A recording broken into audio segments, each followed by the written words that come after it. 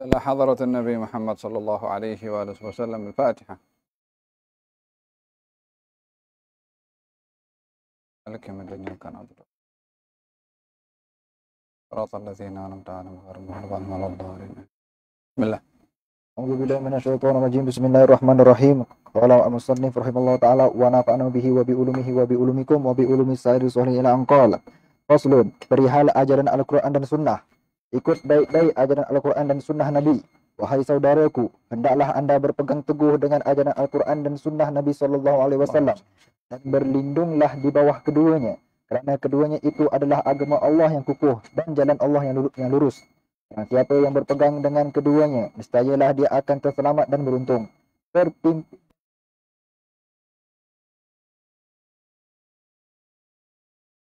dan sesal, binasa dan celaka. Jadikanlah keduanya itu sebagai hakim yang berkuasa ke atas dirimu. Sentiasa kembali kepada duanya dalam semua urusanmu dan tunduk kepada pesanan Allah dan pesanan Rasulnya. Allah telah berfirman, Ya ayyuhallazina amanu ati'ullaha wa ati'ur rasula wa ulil amri minkum. Fa in tanaza'tum fi syai'in farudduhu ilallahi wa rasul. Wahai orang-orang yang beriman, taatilah Allah dan taati Rasul beserta ulil amri, yakni penguasa di antara kamu. Maka jika kamu bercanggah dalam suatu perkara, hendaklah kamu kembalikannya kepada apa yang dikatakan Allah dan Rasulnya. Yakni kembalikan perkaranya kepada Al-Quran dan Sunnah Nabi SAW. Bersabda Rasulullah SAW, usikum bima ini atasomtum bihi lan tadillu abadan abada kitabillah wa sunnati. Aku berpesan kepada kamu dengan sesuatu yang jika kamu berpegang teguh kepadanya, kamu tidak sesat sama sekali, iaitu kitab Allah dan sunnahku. Maka jika anda suka berdiri di atas jalan yang benar, menuju kepada jalan yang lurus, yang tiada padanya tinggi atau rendah, hendaklah semukakan semua niat-niatmu, akhlak dan perilakumu dan kata-kata serta bicaramu kepada Al-Quran dan Sunnah Nabi SAW. Kemudian ambillah mana-mana yang menepati kata-katanya dan tinggalkanlah mana-mana yang bertentang dengannya. Buatlah sesuatu dengan berhati-hati dan pilihlah mana-mana yang baik-baik saja. Dan jangan mengada-adakan sesuatu dalam agama. Dan jangan ikut selain jalan kaum mukminin. Kelak anda akan rugi dunia dan akhirat. Itulah yang dikatakan kerugian yang jelas. Jangan membuat bid'ah dalam agama. Dan ingat pula lah, jangan mengada-adakan bid'ah dalam segala. Dalam muqaddimah pasal ini Al-Imam Abdullah bin Al-Haddad ada menjelaskan tentang masadir, rujukan dan reference dalam agama Islam ini, yang mana agama ini adalah datangnya daripada Allah Subhanahu wa taala, bukan hasil daripada buah fikiran sesiapa, bukan hasil kajian sesiapa. Para anbiya dan para rasul bukan mencipta agama, tapi mereka menyampaikan agama, mereka menerima agama. Maka dengan demikian tidak ada campur tangan para anbiya dan juga para rasul di dalam menyebarkan agama ini. Mereka hanya penyampai daripada Allah Subhanahu wa taala akan agama yang membawa kebahagiaan kepada umat manusia. Sebab yang demikian, ketika para umat meminta yang macam-macam dan bukan-bukan kepada nabi-nabi mereka, para nabi itu menjawab, saya ini hanya seorang rasul untuk menyampaikan. Faham dong? Jadi mereka tidak mencipta sesuatu apapun. Mereka menyampaikan amanah dari Allah Subhanahu wa taala. Oleh sebab yang demikian, baginda Rasulullah sallallahu alaihi wasallam bersabda, sesungguhnya Allah mengambil janji dan sumpah daripada para nabi dan juga para rasul untuk menyampaikan dan tidak menyembunyikan. Untuk menyampaikan dan tidak menyembunyikan. Ya ayyuhar rasulu balligh ma unzila ilaika min rabbik fa in lam taf'al fama ballaghta risalatah. Wahai seorang rasul, sampaikan. Perintahnya sampaikan. Ini menyampaikan daripada Allah Subhanahu wa taala. Ma unzila ilaika, apa yang diturunkan kepada kamu daripada Allah berupa ayat, berupa wahyu. Fa'ilam taf'al, kalau kamu tidak menyampaikan wahyu tersebut, fama ballaghta risalatah. Maka kamu sama sekali tidak menjalankan tugas yang menyampaikan risalah. Artinya, kalau satu ayat tak disampaikan, seakan-akan tak menyampaikan seluruh ayat. Oleh sebab yang demikian, para nabi dan juga para rasul bertungkus lumus menyampaikan wahyu dari Allah karena khawatir akan dipersoal nanti oleh Allah Subhanahu wa taala adakah menyampaikan atau tidak. Oleh sebab yang demikian dalam surat Al-Maidah Allah Subhanahu wa taala berfirman, "Ya Isa bin Maryam, a anta qulta lin-nasi ittakhiduni wa ummiya ilahaini min dunillah?" Wahai Isa putra Maryam, adakah kamu mengatakan kepada kaum kamu untuk menjadikan aku, yakni Isa, dan ibu aku, yakni Siti Maryam, dua Tuhan selain daripada Allah? Adakah itu yang kamu sampaikan? Allah Subhanahu wa taala menyoal kepada Nabi Isa. Di sini yang punya agama yaitu Allah menyoal kepada yang diamanahkan menyampaikan agama yaitu para nabi. Dalam hal ini Nabi Isa disoal, kau sampaikan sesuai kuperintah atau tidak? Ya, para nabi pun disoal juga. Maka Nabi Isa akan menjawab kepada Allah Subhanahu wa taala, wahai Tuhanku, sesungguhnya aku menyampaikan kepada mereka apa yang engkau suruh aku sampaikan. Ma qultu lahum, aku tak mengatakan kepada mereka melainkan apa yang engkau suruh. Yani Nabi Isa mengatakan bahwasanya dirinya hanya menyampaikan sesuai yang diperintah.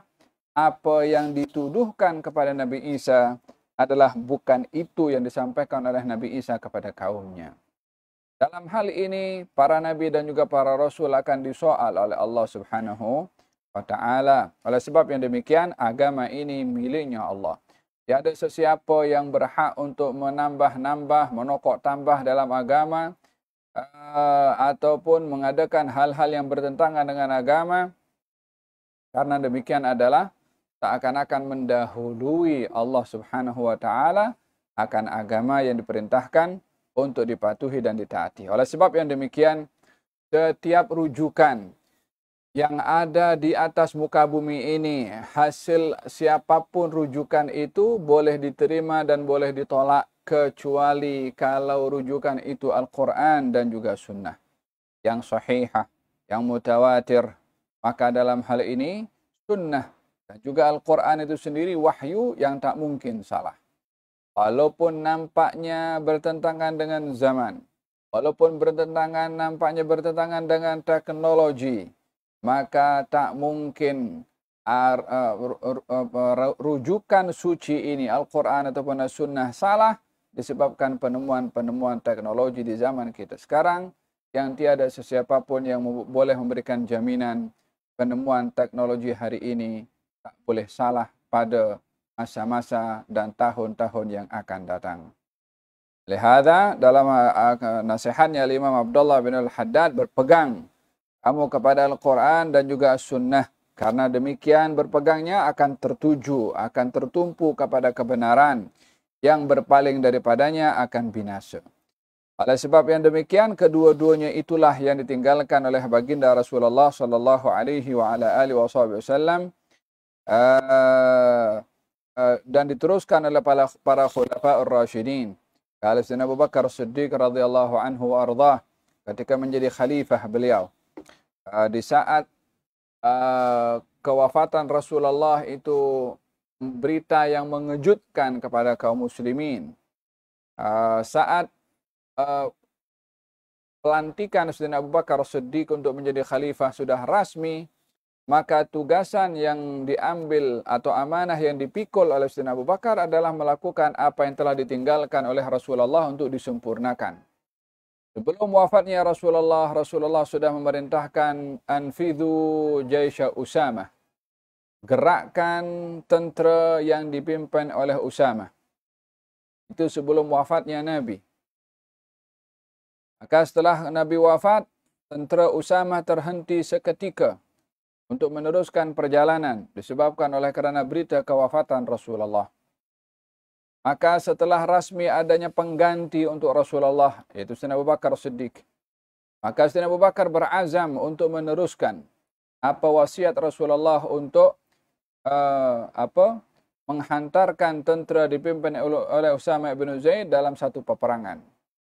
Maka pada ketika itu beberapa sahabat Nabi yang senior ada berkata kepada Sayyidina Abu Bakar Siddiq, mengatakan kepada Sayyidina Umar bin Khattab, katanya, Usamah ini umurnya masih 17 tahun, masih muda. Kita yang dipimpin olehnya lebih senior, lebih dewasa, lebih pengalaman. Macam tak layak dipimpin anak muda. Kata beberapa sahabat. Maka meminta kepada Sayyidina Umar agar supaya menyampaikan berita itu kepada Sayyidina Abu Bakar Siddiq. Supaya ditukar kepimpinan itu daripada Usamah kepada orang lain yang lebih senior. Maka ketika Sayyidina Umar mengatakan kepada Sayyidina Abu Bakar mengatakan, wahai Umar, adakah kamu mahu pada pelantikan aku ini, pertama yang aku buat, melanggar apa yang telah diperintahkan oleh Rasulullah, itu kamu mahu aku buat? Wallahi apa yang sudah ditentukan oleh Rasulullah tak akan diubah. Laksanakan. Tentera dipimpin oleh Usamah ibn Zaid. Ini pegangan Sayyidina Abu Bakar Siddiq. Nabi suruh begini, ya begitu dilakukan. Tak ada perubahan sama sekali. Kata Sayyidina Abu Bakar mengatakan, wallahi kalau saya tak jumpa apa-apa senjata kecuali batu untuk saya gunakan berperang, saya gunakan batu itu untuk berperang. Adapun agama Muhammad ini berubah, sementara saya masih hidup, saya tak akan lakukan perkara yang sedemikian. Artinya tak akan beganjak daripada apa yang telah ditinggalkan oleh baginda Rasulullah sallallahu alaihi wa alihi wasallam. Demikian mereka para khulafaur rasyidin meneruskan apa yang telah diwasiatkan oleh Nabi sallallahu alaihi wasallam. Demikian perintah baginda Rasulullah, berpegang kepada Al-Quran, yang tak ada perkara yang batil padanya, demikian kepada as-sunnah Nabi Muhammad SAW, dan larangan untuk melakukan perkara-perkara yang baru atau perkara-perkara yang bid'ah yang akan diulas oleh Imam Abdullah bin Al-Haddad. Jangan membuat bid'ah dalam agama. Ingat pula lah, jangan mengada-adakan bid'ah dalam segala urusan agamamu, dan jangan berpecah belah dalam pendapat. Kerana Rasulullah SAW telah bersabda, kullu muhdatsatin bid'atun wa kullu bid'atun dhalalah. Setiap yang diada-adakan itu adalah bid'ah, dan setiap bid'ah itu adalah sesat. Punya lagi, man ahdatsa fi amrina hadza ma laysa minhu fahuwa alaihi raddun. Barang siapa yang mengada-adakan pada urusan kami ini yang bukan daripadanya, maka ia tertolak. Dan bid'ah itu ada 3 macamnya. Bid'ah hasanah, yakni bid'ah yang baik, iaitu apa yang dipandang oleh para imam yang terpimpin dari hal-hal yang memuafakati Al-Quran dan sunnah Nabi SAW. Dari segi mengutamakan yang lebih baik, lebih bermanfaat dan lebih bagus. Iaitu seperti mengumpulkan Al-Quran dalam sebuah mushaf yang diputuskan oleh Khalifah Abu Bakar As-Siddiq radhiyallahu ta'ala anhu. Juga seperti diwan, yakni umpama kementerian untuk kepentingan negara. Salat tarawih yang diputuskan oleh Khalifah Umar bin Khattab radhiyallahu ta'ala anhu. Penyusunan Al-Quran, azan pertama pada hari Jumaat yang diputuskan oleh Khalifah Utsman bin Affan radhiyallahu ta'ala anhu. Dan hukum hakam memerangi penderhaka yang diputuskan oleh Khalifah Ali bin Abi Thalib radhiyallahu ta'ala anhu. Bid'ah yang tercela sesuai dengan apa yang diputuskan oleh para ahli zuhud dan orang-orang yang mengutamakan qanaah, yakni seadanya saja, iaitu seperti menyimpan banyak pakaian mewah dalam makanan dan perhiasan rumah tangga yang hukumnya memang mubah, yakni diperbolehkan. Bid'ah yang tercela secara mutlak, iaitu apa saja yang bertentangan dengan nas-nas Al-Quran dan sunnah Nabi SAW, ataupun melanggar kesepakatan umat, Memang berlaku banyak bid'ah-bid'ah serupa ini yang menyentuh pokok agama, yakni usul, dan sedikit pula daripadanya yang menyentuh cabang-cabang agama, yakni furu'. Maka barang siapa yang tidak berpegang kepada Al-Quran dan Sunnah Nabi SAW dengan bersungguh-sungguh dan tidak berusaha sedaya upaya untuk menuruti ajaran Rasulullah SAW, padahal dia mengaku diri ada kedudukan di sisi Allah Ta'ala, jangan memberikan perhatian kepadanya dan jangan terpengaruh dengan kata-katanya, walaupun dia boleh terbang di udara atau berjalan di atas air ataupun tergulung baginya jarak yang jauh atau berlaku di tangannya hal-hal yang luar biasa. Sebab perkara-perkara serupa itu boleh berlaku juga pada konco-konco syaitan, para ahli sihir dan kahin-kahin, tukang telek dan ahli nujum, dan selain mereka dari golongan orang-orang yang sesat. Tidak heran kalau semua itu adalah semacam istidraj, yakni ujian palsu dan pengeliruan dikatakan sebagai keramat dan penyokkongan daripada Allah Ta'ala. Jika tiada disertakan pada orang-orang itu semacam istiqomah, yakni kelurusan diri, pada siapa yang berlaku hal-hal yang semacam ini. Orang terpedaya ini dan semua orang yang semisal dengan mereka, sebenarnya mereka mengelirukan manusia yang sesat dan rendah budinya yang menyembah Allah Ta'ala dengan penuh ragu dan syak. Mereka yang mempunyai akal yang waras dan otak yang cerdas, mereka telah maklum bahawa adanya perbezaan pendekatan diri kepada Allah Ta'ala antara kaum mukminin adalah tergantung kepada perbezaan teguh lemahnya penurutannya kepada Rasulullah SAW, dan bahawasanya selama penurutannya lebih sempurna, maka selama itulah pendekatan dirinya kepada Allah lebih kukuh dan kemakrifatannya lebih teguh. Sekali peristiwa Abu Yazid Al-Bistami bermaksud hendak menziarahi seorang yang dihebohkan sebagai seorang wali. Maka Abu Yazid pun menunggunya di masjid. Ketika orang itu datang, tiba-tiba terasa hidungnya tersumbat dengan ingus pekat. Lalu dihembuskannya ingus itu pada tembok masjid. Begitu dilihatnya perilaku orang itu, Abu Yazid pun keluar dari masjid itu. Tidak jadi menemuinya. Bila ditanya orang, Abu Yazid menjawab, bagaimana boleh dipercayakan orang dengan rahsia-rahsia Allah kalau dia tidak tahu memelihara tentang adab-adab syariat Allah. Ini rahimahullah.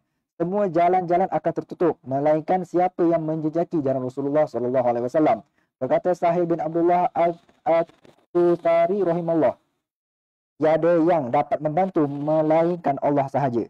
Dan tiada yang boleh menunjuk kecuali Rasulullah SAW. Tiada bekalan melainkan takwa dan tiada amalan kecuali sanggup bersabar ke atasnya. Aywa.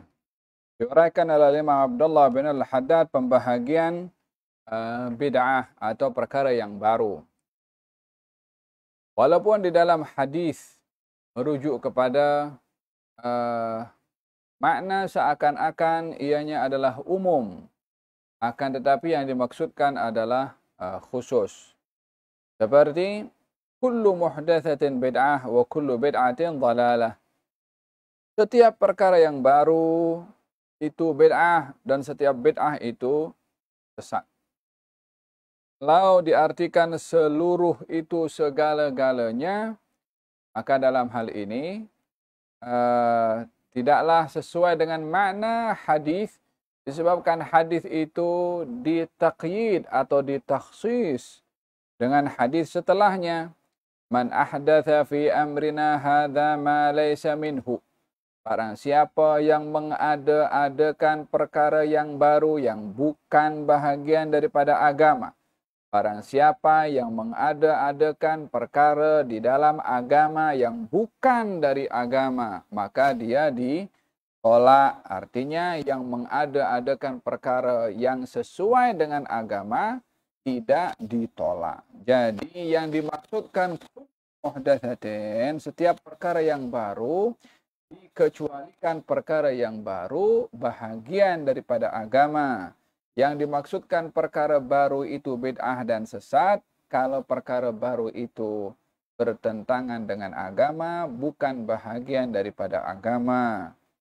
Oleh sebab demikian, bahasa Arab terkadang digunakan kalimat al-kull yang menunjukkan arti semua atau seluruh, tapi yang dimaksudkan itu adalah sebahagian. Perkara itu lumrah, memang demikian difahami dalam ilmu bahasa Arab. Jadi memahami kalimat kullu semua itu dalam bahasa Arab hendaklah dipahami mengikut bahasa Arab, bukan mengikut bahasa selain. Jadi kaidahnya dalam bahasa Arab kalimat kullu itu juga boleh diartikan juz'u atau sebagian. Oleh sebab yang demikian pun diambil daripada beberapa hadis Nabi Muhammad sallallahu alaihi wasallam, yaitu baginda bersabda, "Man sanna fil Islami sunnatan hasanatan." Barang siapa yang melakukan sunnah-sunnah di dalam agama Islam daripada sunnah yang baik, lalu diikuti oleh orang-orang yang lain, maka yang mengadakan sunnah baik itu akan dapat pahala sama dengan pahala orang yang beramal tanpa dikurangkan pahala orang yang beramal. Amal baiklah.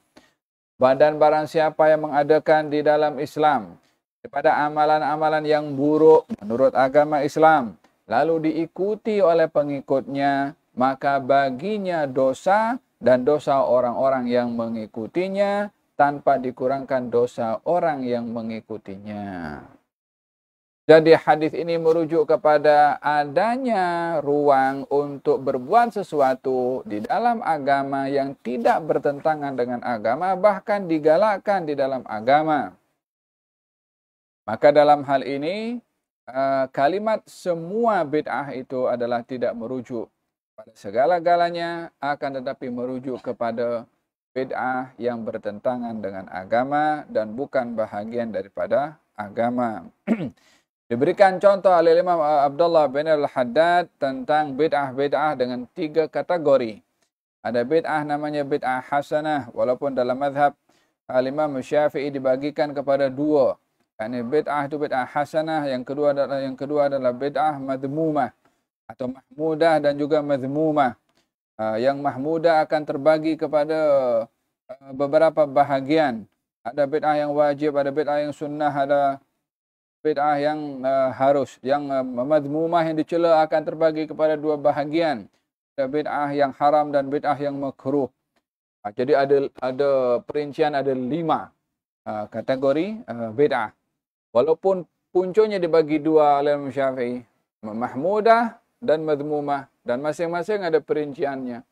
Dengan demikian mereka para ulama ketika mengagihkan bid'ah itu kepada 2, kemudian pada setiap bahagian itu ada perinciannya, karena mereka memahami hadis bukan daripada satu, tetapi secara menyeluruh daripada hadis-hadis Nabi Muhammad sallallahu alaihi wa ala alihi wa sahbihi wasallam.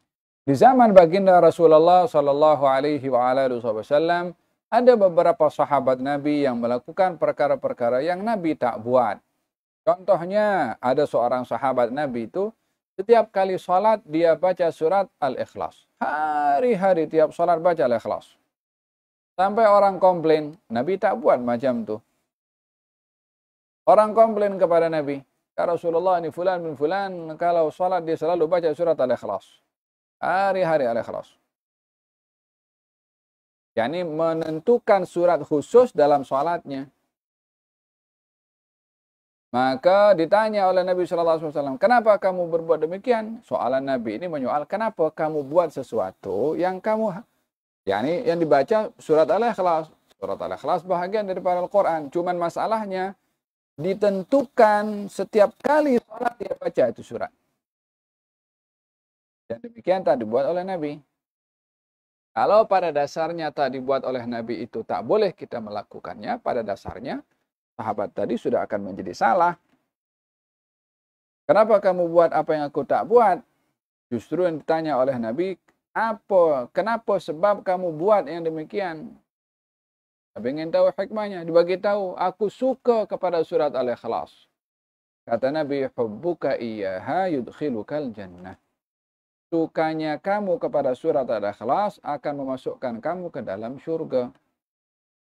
Dalam hal ini Nabi tidak menyalahkan kepada sahabat tadi walaupun berbuat sesuatu yang Nabi tak buat namun tidak bertentangan dengan agama. Ada seseorang salat di belakang baginda Rasulullah. Kemudian setelah itu dia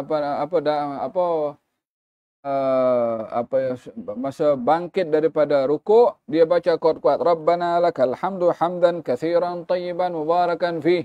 mil'a as-samawati wa mil'al ardi wa mil'a ma syi'ta min syai'in ba'du. Nabi dengar kata-katanya tadi. Selesai daripada salat, Nabi tanya, siapa tadi yang baca doa tu? Itu bukan lagi diajar langsung oleh Nabi pada ketika itu. Maka saat orang itu mengatakan, aku wahai Rasulullah, kata Nabi, aku melihat sekian ramai malaikat berebut untuk mencatat pahala apa yang kamu baca tadi, sehingga menjadi amalan sunnah pada i'tidal untuk membaca doa tersebut. Dui atau seorang sahabat tadi ketika membaca doa itu adalah bukan pada awalnya diajarkan oleh Nabi SAW, kemudian baru disahkan oleh baginda Rasulullah. Dan dengan demikian berbuat sesuatu yang dikatakan bid'ah dan bid'ahnya itu tercela dan sesat adalah kalau bertentangan dengan agama. Baik itu di dalam usul, dalam akidah, atau di dalam furu', di dalam cabang-cabang, dalam syariah, dalam cabang-cabang syariah. Nanti akan dijelaskan contoh-contohnya. Wal bid'ah thalathun. Kata Imam Al-Haddad, bid'ah itu ada 3. Satu ada bid'ah yang baik, yaitu yang telah dipandang oleh para ulama-ulama terkemuka yang berkesesuaian dengan Al-Kitab dan juga As-Sunnah. Seperti kumpulan mushaf yang dikumpulkan oleh Sayyidina Abu Bakar As-Siddiq. Mushaf dikumpulkan dalam satu kitab. Macam sekarang lah yang kita buka, bermula daripada Al-Fatihah sampai surat An-Nas. Yang mengumpulkan pertama Sayyidina Abu Bakar. Di zaman baginda Rasulullah tidak terhimpun Al-Quran dalam satu buku macam tu. Walaupun susunan surat dan ayatnya disusun oleh Nabi. Tapi tidak dibukukan menjadi satu buku. Yang mengumpulkan dalam satu buku Sayyidina Abu Bakar As-Siddiq. Ditanya oleh Sayyidina Umar, adakah kamu, wahai khalifah, wahai pengganti Rasulullah, yang Sayyidina Abu Bakar, berbuat sesuatu yang Nabi tak buat? Alam Sayyidina Umar, tengok. Adakah kamu buat benda yang Nabi tak buat? Sayyidina Abu Bakar menjawab, walakinnahu khair. Tetapi benda ini baik. Yakni ingin memberitahukan bahwasanya yang Nabi buat itu secara zahir dan secara zimni. Secara zahir yang kita nampak, secara zimni maksud daripada perjalanan dakwah Nabi itu hendaklah dipahami bukan dari perbuatannya saja, tapi daripada cara memahami risalah yang Nabi bawa. Itu pun bahagian daripada perbuatan Nabi, walaupun secara praktikalnya tidak dibuat oleh Nabi. Paham dong? Ini Al-Quran itu sudah disusun dalam satu buku belum, tapi dalam susunan sudah disusun oleh baginda Rasulullah. Alasan Sayyidina Abu Bakar, perkara itu baik. Bermakna setiap perkara baik sesuai dengan yang diajar oleh Nabi, itu juga yang dimahukan oleh Nabi. Karena tak mungkin ada benda baik kalau tak berkesesuaian dengan ajaran Nabi. Macam mana boleh ada benda baik kalau ukurannya bukan ajaran Nabi? Siapa yang berhak memberikan nilai hukum baik kalau bukan syariat yang mendatangkan syariat, yaitu Allah dan juga Rasulnya? Selain Allah Rasulnya tak boleh ada mengatakan benda ini baik atau tak baik. Racanya adalah Al-Quran dan juga Sunnah Nabi Muhammad SAW. Kalau Sayyidina Abu Bakar mengatakan walakinnahu khair, tapi ini benda baik. Yakni berkesesuaian dengan ajaran Rasulullah SAW. Termasuk juga ad-diwan. Ad-diwan susunan kementerian dalam pemerintahan. Termasuk mengumpulkan dalam di belakang satu imam pada salat tarawih. Setelah zaman Sayyidina Abu Bakar, orang kalau salat tarawih asing-asing. Di zaman Sayyidina Umar, nampak orang macam-macam soal salah berasingan. Sayyidina Umar buat keputusan, imam satu, yang lain ikut. Maka ketika itu barulah masjid nampak imarah dengan salat tarawih di belakang satu imam. Setelah wafatnya Sayyidina Umar bin Khattab, Sayyidina Ali melihat bagaimana ramainya kaum muslimin salat tarawih di belakang satu imam.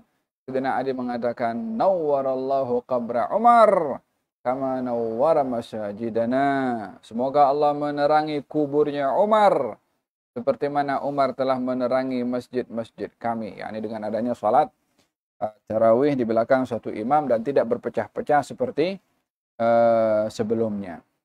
Ada dilakukan oleh Sayyidina Umar bin Khattab, yang tidak ada dilakukan oleh Sayyidina Abu Bakar As-Siddiq.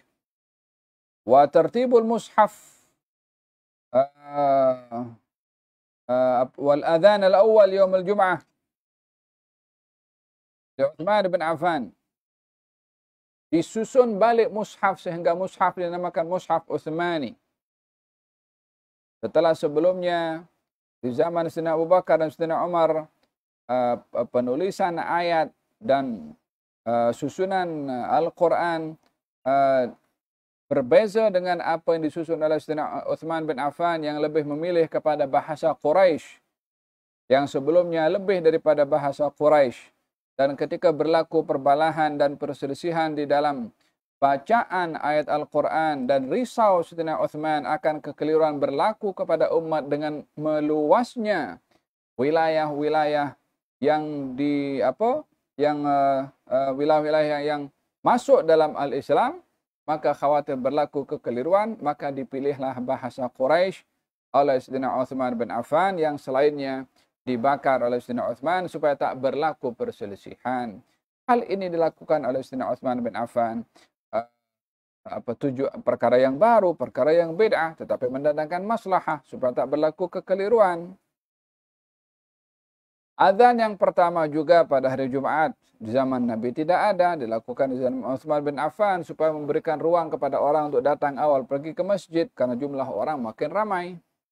Wahakadha peperangan yang dilakukan oleh Sayyidina Ali bin Abi Thalib kepada Al-Bughah, kepada kaum Khawarij yang enggan untuk patuh kepada Amirul Mukminin yang dilantik oleh kaum muslimin, maka ini boleh mendatangkan kemudaratan, diperangi oleh Sayyidina Ali bin Abi Thalib.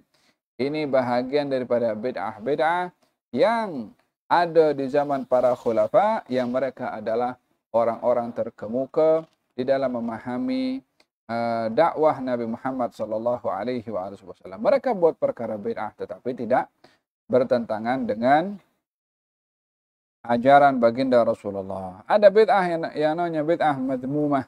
Madmumah di sini tidak sampai pada peringkat haram.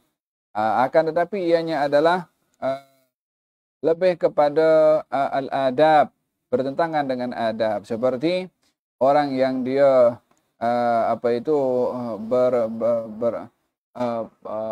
menikmati kepelbagaian dalam nikmat-nikmat keduniaan, ketiadaan merasa cukup qanaah dengan apa yang ada, pelbagai dalam makan, minum dan pakaian. Ianya adalah bid'ah yang harus. Tapi bagi mereka para ahli az-zuhd wal qanaah, ahli tasawuf, ianya adalah perkara yang berlebih-lebihan. Maka dalam hal ini dikatakan ianya bid'ah, bukan haram, tetapi bid'ah yang tidak digalakkan. Bid'ah yang tidak digalakkan. Kalau haram artinya dosa. Kalau tidak digalakkan belum tentu dosa. Faham dong? Yang terakhir adalah bid'ah yang madhmumah mutlaqan. Bid'ah madhmumah mutlaqan yakni khalas haram. Yaitu yang bertentangan dengan nas-nas syariah. Hal ini bid'ah yang mutlak dilarang ataupun bid'ah yang tercela pada dasarnya terbagi kepada dua bahagian. Ada bid'ah yang tercela ini terkait dengan akidah, ada juga yang terkait dengan furu'ul akidah atau kepada syariah, furu'ul syariah. Seperti bid'ah yang dilakukan oleh beberapa orang golongan daripada Khawarij, yang memahami la hukma illa lillah. Tidak ada hukum kecuali hukumnya Allah Subhanahu wa taala. Hukum tak boleh merujuk kepada Ali bin Abi Thalib. Masa itu dia tak suka, masa itu dia tak mau berbaiat. Dia menggunakan dalil-dalil yang nampaknya dalil itu bagi orang-orang yang cetek pengetahuannya, betul, hukum mesti Allah. Kan? Macam zaman kita sekarang lah. Apa katanya? Kita ini ikut Allah dan Rasulnya, apa ikut Syafi'i, Hambali, Maliki dan juga Hanafi. Kan soalan tuh kan. Lah Imam Syafi'i, Imam Hambali, Imam Maliki, Imam Abu Hanifah ikut siapa? Hah? Ah, mereka bukan mengikut apa nama golongan orang-orang yang tidak mempunyai pengetahuan. Mereka bukan mencipta pendapat sendiri. Mereka bukan tidur malam mimpi baru mereka boleh keluarkan mazhab dan pendapat. Mereka itu berusaha memahami nas.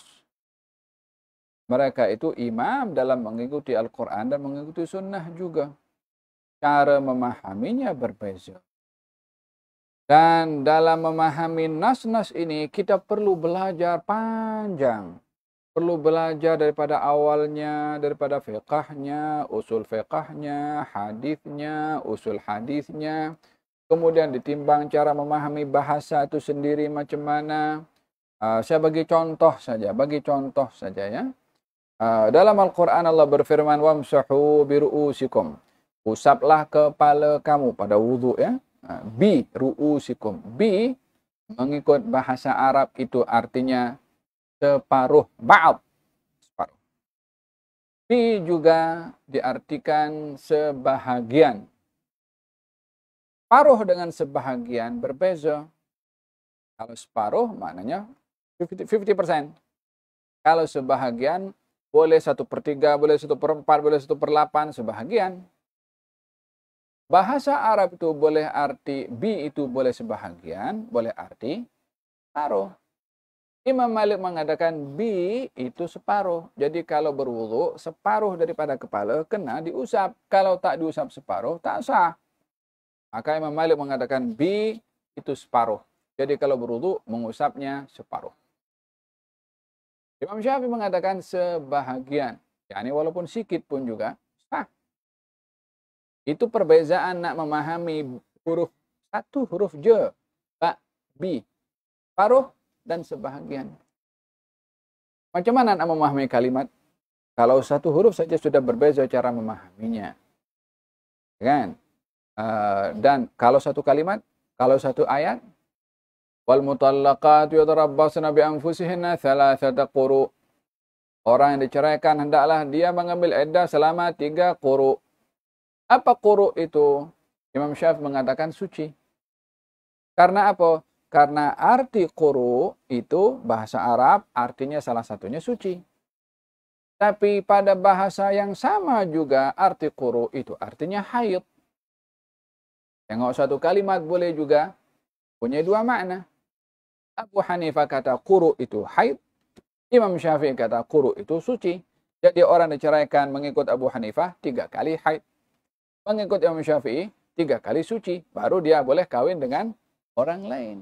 Nah, bagaimana? Itu satu kalimat. Dari satu huruf. Paham dong? Dalam Al-Quran Allah perintahkan kalau orang famsahu biwujuhikum wa aydikum minhu. Dalam bertayamum usaplah wajah dan juga tangan kamu. Tangan itu mana? Daripada ujung jari sampai kepada lengan sini. Tangan.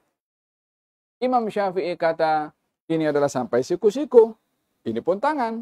Imam Malik mengatakan sampai pergelangan tangan. Pun juga tangan. Yang disebutkan oleh Allah, tangan. Yang paham tangan sampai pergelangan akan bertayamum sampai pergelangan. Yang paham tangan sampai siku-siku akan bertayamum sampai siku-siku. Ini ada ilmu alatnya untuk memahami. Bukan semudah yang kita bayangkan untuk terus kita rujuk kepada Quran dan Sunnah. Hemdom. Lihada golongan daripada mereka orang-orang Khawarij yang keliru di dalam menggunakan kata-kata karena mereka membela Al-Quran, membela Sunnah, pada hakikatnya mereka adalah yang bertentangan dengan Al-Quran juga Sunnah. Golongan orang-orang yang menciptakan akidah yang bertentangan dengan kebenaran. Golongan Al-Qadariyah, golongan Al-Jabariyah, golongan Jahmiyah. Paham dong? Mereka mengadakan kita ini macam robot. Apa saja kita buat, ini Allah punya kerja. Seakan-akan maksiat pun kalau dibuat tak akan terjadi kecuali Allah dah memang suruh dia atau tentukan dia berbuat maksiat. Ini pun keyakinan akidah yang songsang juga menisbahkan kepada Allah demikian. Paham tuh? Ada beberapa contoh daripada pemahaman-pemahaman yang menyimpang daripada kebenaran atau bid'ah yang bertentangan dengan kebenaran ketika menggunakan dalil-dalil dalam Al-Quran bukan sesuai dengan yang dimaksudkan. Seperti juga ayat-ayat yang seharusnya maksudnya ayat itu ditujukan kepada kaum kafirin, ditujukan kepada kaum muslimin. Menempatkan ayat yang Allah turunkan untuk golongan orang-orang kafir, dipakai itu ayat dikenakan kepada golongan orang-orang Islam. Seakan-akan dengan ayat itu orang Islam dah bukan Islam, jadi kafir, akhirnya diperangi juga, macam berlaku di zaman kita sekarang. Golongan-golongan ekstremis yang menggunakan ayat-ayat tertentu untuk memerangi kepada orang-orang Islam, sebelum diperangi, dikafirkan dulu. Baru diperangi, seakan-akan peperangan itu kepada orang kafir, padahal mereka sholat. Macam mana mereka boleh mengkafirkan? Guna ayat-ayat yang dalam Quran ditujukan kepada orang-orang kafir, diambil, berikan kepada orang Islam, diperangi dah. Itulah munculnya Khawarijil Asr, Khawarij zaman sekarang ini, di mana yang diperangi adalah orang-orang Islam sendiri. Hal ini adalah bertentangan, ini bid'ah yang sesat, bid'ah yang mengelirukan. Adapun bid'ah yang dilihat pada hakikatnya bukan bid'ah yang perlu untuk dijadikan punca perselisihan dan punca pegaduhan, tetapi lebih kepada perselisihan di dalam syariah, dalam furu' syariah. Seperti saya contohkan tadi, kalau ba itu untuk sebagian atau separuh, tangan itu sampai di mana, furu' itu kan warid ada di dalam ilmu syariah. Perbezaan satu ulama dengan ulama yang lain. Samalah juga dengan perbezaan-perbezaan yang ada tentang masalah tawassul, tentang masalah tabarruk, tentang masalah ziaratul kubur. Yang diambil oleh sebagian orang, ini orang ziarah kubur, dia sembah kubur. Beza. Ziarah kubur dengan sembah kubur. Kalau sembah itu sudah syirik. Lah awak tuduh orang ziarah kubur, sembah kubur, itu bahaya tuduhan itu. Nah, paham dong? Hadza diuraikan oleh Imam Abdullah bin Al-Haddad bahagian bid'ah, antara bid'ah yang terkait dengan masalah usul dan bid'ah yang terkait dengan masalah al-furu'. Naam. Golongan mereka para khawarij ketika dalam peperangan dan mereka kalah dalam peperangan, mereka tidak dikeluarkan daripada agama Islam, tetap dikuburkan sesuai dengan sebagian haknya orang Islam, disolatkan ketika meninggal dunia, tidak dianggap kufur. Faham dong? Sebab perbezaannya adalah perbezaan kepada masalah al-furu', bukan kepada masalah al-usul, kepada akidah. Kalaupun terkait dengan akidah, furu'ul akidah, bukan usulul akidah. Masya Allah. Walihada ada beberapa kalimat Al-Imam Abdullah bin Al-Haddad di sini yang menjadi tolak ukur kepada seseorang itu dilihat untuk diambil ilmunya adalah tengok dulu pada pegangan kepada Al-Quran dan juga kepada As-Sunnah. Kalau orang ini berpegang kepada Al-Quran dan juga As-Sunnah seperti mana ianya dibawa oleh Rasulullah, maka ikuti orang tersebut.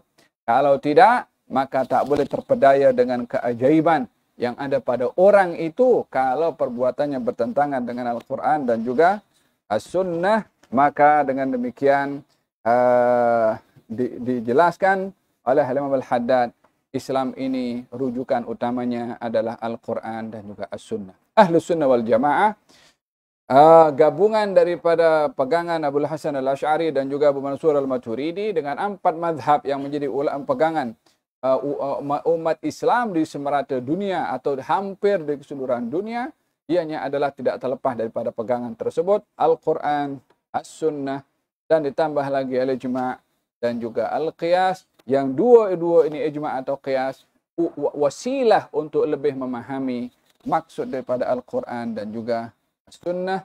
Wallahu a'lam. Ingat waktu sudah sampai 26.30, kita akhiri majlis kita. Barakallahu fikum. Munsyid ya munsyid.